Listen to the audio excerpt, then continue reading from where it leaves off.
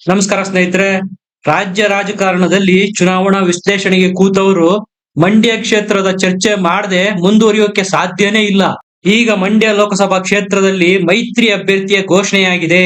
ಈ ಘೋಷಣೆ ಮಾಡಿರೋರು ಬೇರೆ ಯಾರು ಅಲ್ಲ, ಸ್ವತಃ ಕುಮಾರಸ್ವಾಮಿ ಅವರೇ. ಮಂಡ್ಯದಲ್ಲಿ ಮಾಡಿದಂತಹ ಒಂದು ಕಾರ್ಯಕರ್ತರ ಸಮಾವೇಶದಲ್ಲಿ ಕುಮಾರಸ್ವಾಮಿ ಅವರು ಕಣ್ಣೀರ್ ಹಾಕಿ ಭಾವುಕರಾಗಿ ಈ ಅನೌನ್ಸ್ಮೆಂಟ್ ಮಾಡ್ತಾರೆ. ಇದೇ ಸಮಯದಲ್ಲಿ ಕುಮಾರಸ್ವಾಮಿ ಅವರು ಸುಮಲತಾ ಅವರನ್ನು ಉದ್ದೇಶಿಸಿ ಒಂದು ಮಾತು ಹೇಳ್ತಾರೆ. ಯಾರ ಅಭ್ಯರ್ಥಿ ಸುಮಲತಾರಿಗೆ ಕುಮಾರಸ್ವಾಮಿ ಅವರು ಹಿಂಗ್ ಯಾಕಂದ್ರು, ಈ ಎಲ್ಲ ವಿಷಯದ ಬಗ್ಗೆ ವಿವರಣೆ ಕೊಡ್ತೀನಿ. ದಯಮಾಡಿ ನಮ್ಮ ಚಾನೆಲ್ ನ ಸಬ್ಸ್ಕ್ರೈಬ್ ಮಾಡಿ, ವಿಡಿಯೋನ ಲೈಕ್ ಮಾಡಿ, ಶೇರ್ ಮಾಡಿ. ಸ್ನೇಹಿತರೆ, ಮಂಡ್ಯ ಲೋಕಸಭಾ ಕ್ಷೇತ್ರನ ಶತಾಯಗತಾಯ ಗೆಲ್ಲಲೇಬೇಕು ಅನ್ನುವ ರಣತಂತ್ರನ ದಳಪತಿ ಅವರು ರೂಪಿಸಿದ್ದಾರೆ. ಮಂಡ್ಯದಲ್ಲಿ ಈ ಸಭೆ ಆಯೋಜನೆಯಾಗಿತ್ತು. ಈ ಸಭೆಯಲ್ಲಿ ಕುಮಾರಸ್ವಾಮಿ ಅವರು ಮಾತಾಡಿದ್ರು, ಜಿಟಿ ದೇವೇಗೌಡರು ಮಾತಾಡಿದ್ರು, ಸ್ವತಃ ನಿಖಿಲ್ ಕುಮಾರಸ್ವಾಮಿ ಅವರು ಸಹ ಮಾತಾಡಿದ್ರು. ಇದೇ ಸಭೆಯಲ್ಲಿ ಜೆಡಿಎಸ್ ಕಾರ್ಯಕರ್ತರು ಘೋಷಣೆಗಳನ್ನು ಕೂಗಿದ್ರು. ನಿಲ್ಲೋದಾದ್ರೆ ಕುಮಾರಸ್ವಾಮಿ ಅವ್ರು ನಿಲ್ರಿ, ಇಲ್ಲ ನಿಖಿಲ್ ಕುಮಾರಸ್ವಾಮಿ ಅವ್ರನ್ನ ನಿಲ್ಲಿಸಿ ಅಂತ. ಮಂಡ್ಯ ಮತ್ತು ಹಾಸನ ಜೆಡಿಎಸ್ಗೆ ಎರಡು ಕಣ್ಣಿದ್ದಂತೆ.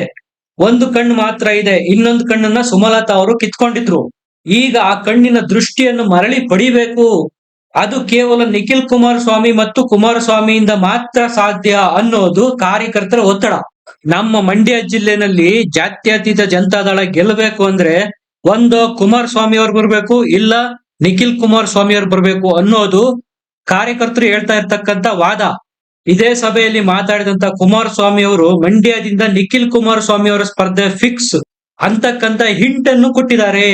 ಇದರ ಮೂಲಕ ತನಗೆ ರಾಜ್ಯ ರಾಜಕಾರಣದಲ್ಲಿ ಮಾತ್ರ ಇಂಟ್ರೆಸ್ಟ್ ಇದೆ, ರಾಷ್ಟ್ರ ರಾಜಕಾರಣ ನನಗೆ ಇಂಟ್ರೆಸ್ಟ್ ಇಲ್ಲ.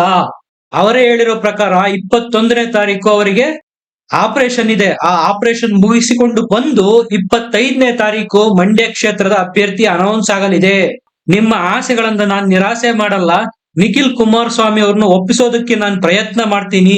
ಅವರನ್ನೇ ಇಲ್ಲಿಂದ ಕಣಕ್ಕಿಳಿಸೋ ಸಾಧ್ಯತೆ ಜಾಸ್ತಿ ಇದೆ ಅಂತ ಕುಮಾರಸ್ವಾಮಿ ಅವರೇ ಸ್ಪಷ್ಟವಾಗಿ ಹೇಳಿದ್ದಾರೆ.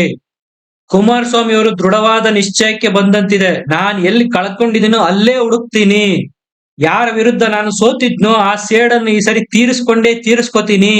ನಿಖಿಲ್ ಕುಮಾರಸ್ವಾಮಿ ಅವರೇ ಇಲ್ಲಿಂದ ಸ್ಪರ್ಧೆ ಮಾಡೋದು ಅನ್ನೋದು HD ಕುಮಾರಸ್ವಾಮಿ ಅವರ ಮಾತಿನಲ್ಲಿ ವ್ಯಕ್ತವಾಗ್ತಾ ಇತ್ತು. ಕಳೆದ ಬಾರಿ ನಿಖಿಲ್ ಕುಮಾರಸ್ವಾಮಿ ಅವರು ಇದೇ ಕ್ಷೇತ್ರದಿಂದ ಸುಮಾರು 1.5 ಲಕ್ಷಕ್ಕೂ ಅಧಿಕ ಮತಗಳ ಅಂತರದಿಂದ ಸೋಲನುಭವಿಸಿದ್ರು.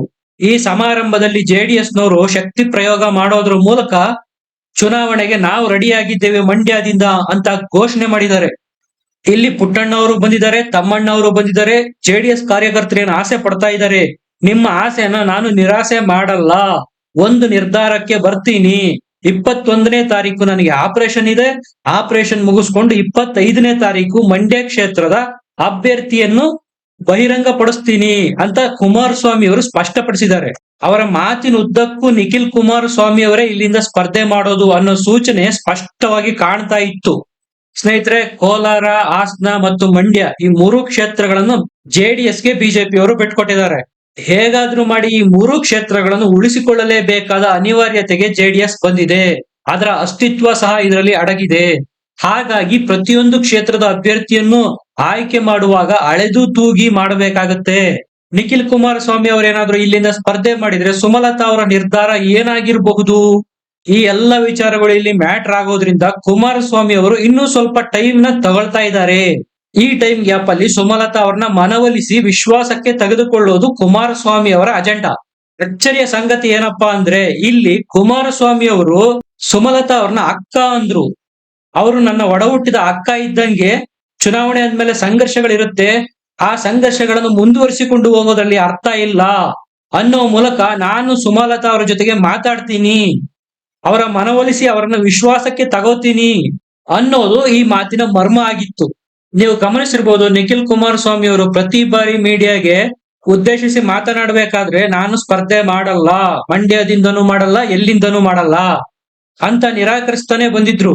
ಇಷ್ಟು ದಿವಸ ಕುಮಾರಸ್ವಾಮಿ ಅವರಲ್ಲಿ ಒಂದು ಅನುಮಾನ ಇತ್ತು, ಮತ್ತೆಲ್ಲಿ ನನ್ನ ಮಗನ ನಿಲ್ಲಿಸಿ ಬಲಿ ಕೊಡ್ಬೇಕಾಗುತ್ತೋ ಅಂತ. ಕಳೆದ ಲೋಕಸಭಾ ಚುನಾವಣೆಯಲ್ಲಿ ಆದ ಸೋಲು ಮತ್ತೆ ರಿಪೀಟ್ ಆದ್ರೆ ಏನು, ಈ ಎಲ್ಲ ಆತಂಕಗಳು ಕಾಡ್ತಾ ಇತ್ತು. ಆದ್ರೆ ಕುಮಾರಸ್ವಾಮಿ ಅವರು ಮಂಡ್ಯ ಸಭೆ ಮಾಡಿದ ಮೇಲೆ ಕಾನ್ಫಿಡೆಂಟ್ ಆಗಿರೋ ತರ ಕಾಣ್ತಾ ಇದ್ದಾರೆ. ಕಾರ್ಯಕರ್ತರ ಜೋಶ್ ನೋಡಿ ಸಂದೇಹನೇ ಇಲ್ಲ, ಮಂಡ್ಯಕ್ಕೆ ನಿಖಿಲ್ ಕುಮಾರಸ್ವಾಮಿ ಅವ್ರನ್ನೇ ಅಭ್ಯರ್ಥಿಯಾಗಿ ಮಾಡ್ತಾರೆ ಕುಮಾರಸ್ವಾಮಿ. ಸುಮಲತಾ ಅವ್ರು ಹೇಳೋದೇನಪ್ಪಾ ಅಂದ್ರೆ, ಸುಮಲತಾ ಅವರು ಉರುಳಿಸಿರೋ ದಾಳ ಏನಪ್ಪಾ ಅಂದ್ರೆ, ಈ ಕ್ಷೇತ್ರದಿಂದ ಎಚ್ ಡಿ ಕುಮಾರಸ್ವಾಮಿ ಅವರು ಸ್ಪರ್ಧೆ ಮಾಡಿದ್ರೆ ನಾನು ಸ್ಪರ್ಧೆ ಮಾಡಲ್ಲ, ಅವರನ್ನ ಬಿಟ್ಟು ಬೇರೆ ಯಾರೇ ಸ್ಪರ್ಧೆ ಮಾಡಿದ್ರು ನನ್ನ ಸ್ಪರ್ಧೆ ಖಚಿತ ಅಂತ ಅವರ ಕಾರ್ಯಕರ್ತರ ವಲಯದಲ್ಲಿ ಹೇಳ್ಕೊಂಡಿದ್ದಾರೆ ಸುಮಲತಾ. ಇದು ಕುಮಾರಸ್ವಾಮಿ ಅವರ ಟೆನ್ಷನ್ ಜಾಸ್ತಿ ಮಾಡಿರೋದು. ಹಾಗಾಗಿ ಕುಮಾರಸ್ವಾಮಿ ಅವರು ಹೇಳಿದ್ದು, ಸುಮಲತಾ ಅವರು ನನ್ನ ಅಕ್ಕ ಇದ್ದಂತೆ, ಸಂಘರ್ಷನ ನಾನು ಮುಂದುವರಿಸಿಕೊಂಡು ಹೋಗಲ್ಲ, ಮನಸ್ತಾಪನ ಮಾತುಕತೆಯ ಮೂಲಕ ಬಗೆಹರಿಸಿಕೊಳ್ತೀವಿ ಅನ್ನೋ ಹಿಂಟ್ ಕೊಟ್ಟಿದ್ದಾರೆ ಕುಮಾರಸ್ವಾಮಿ. ಈ ಮೂಲಕ ಕುಮಾರಸ್ವಾಮಿ ಅವರು ಸುಮಲತಾ ಅವರ ವಿರುದ್ಧ ಮಾಡ್ತಾ ಇದ್ದ ಕದನಕ್ಕೆ ವಿರಾಮ ಘೋಷಣೆ ಮಾಡಿದ್ದಾರೆ.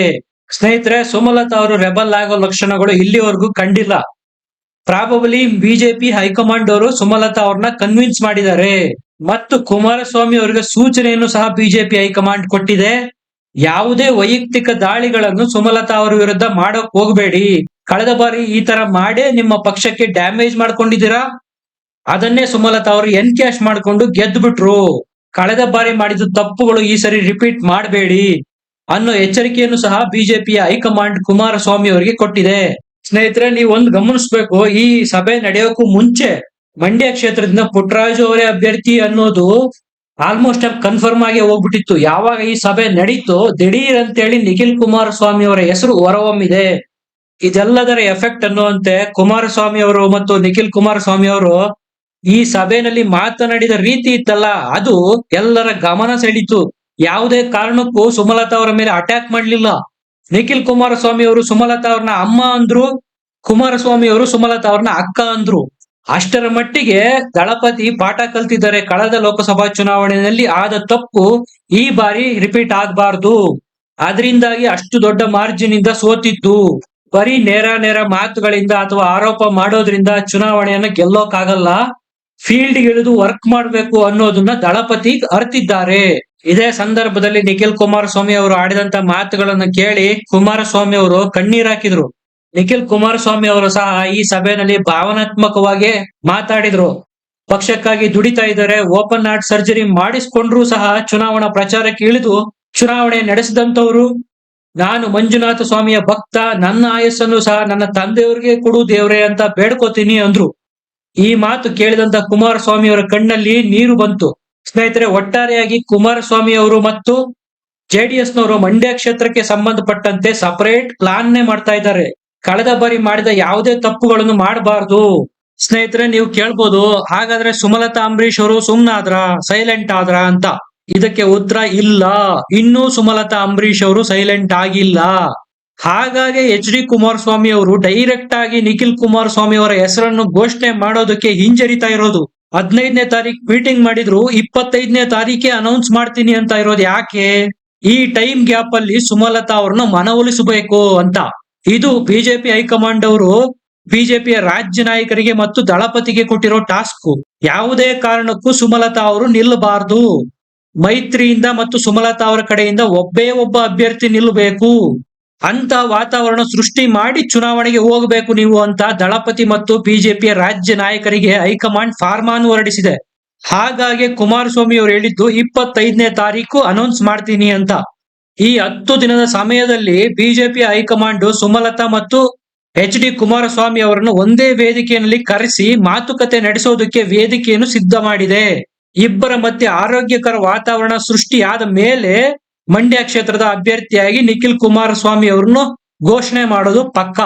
ಸ್ನೇಹಿತರೆ, ಇದಿಷ್ಟು ಮಂಡ್ಯ ಲೋಕಸಭಾ ಕ್ಷೇತ್ರಕ್ಕೆ ಸಂಬಂಧಪಟ್ಟಂತೆ ಯಾರು ಅಭ್ಯರ್ಥಿ ಆಗಬಹುದು, ನಿಮ್ಮ ಅನಿಸಿಕೆ ಅಭಿಪ್ರಾಯ ಏನು ಇದ್ರ ಬಗ್ಗೆ ಕಮೆಂಟ್ ಮಾಡಿ ತಿಳಿಸಿ. ವಿಡಿಯೋನ ಲೈಕ್ ಮಾಡಿ, ಶೇರ್ ಮಾಡಿ, ನಮ್ಮ ಚಾನೆಲ್ ನ ಸಬ್ಸ್ಕ್ರೈಬ್ ಮಾಡಿ.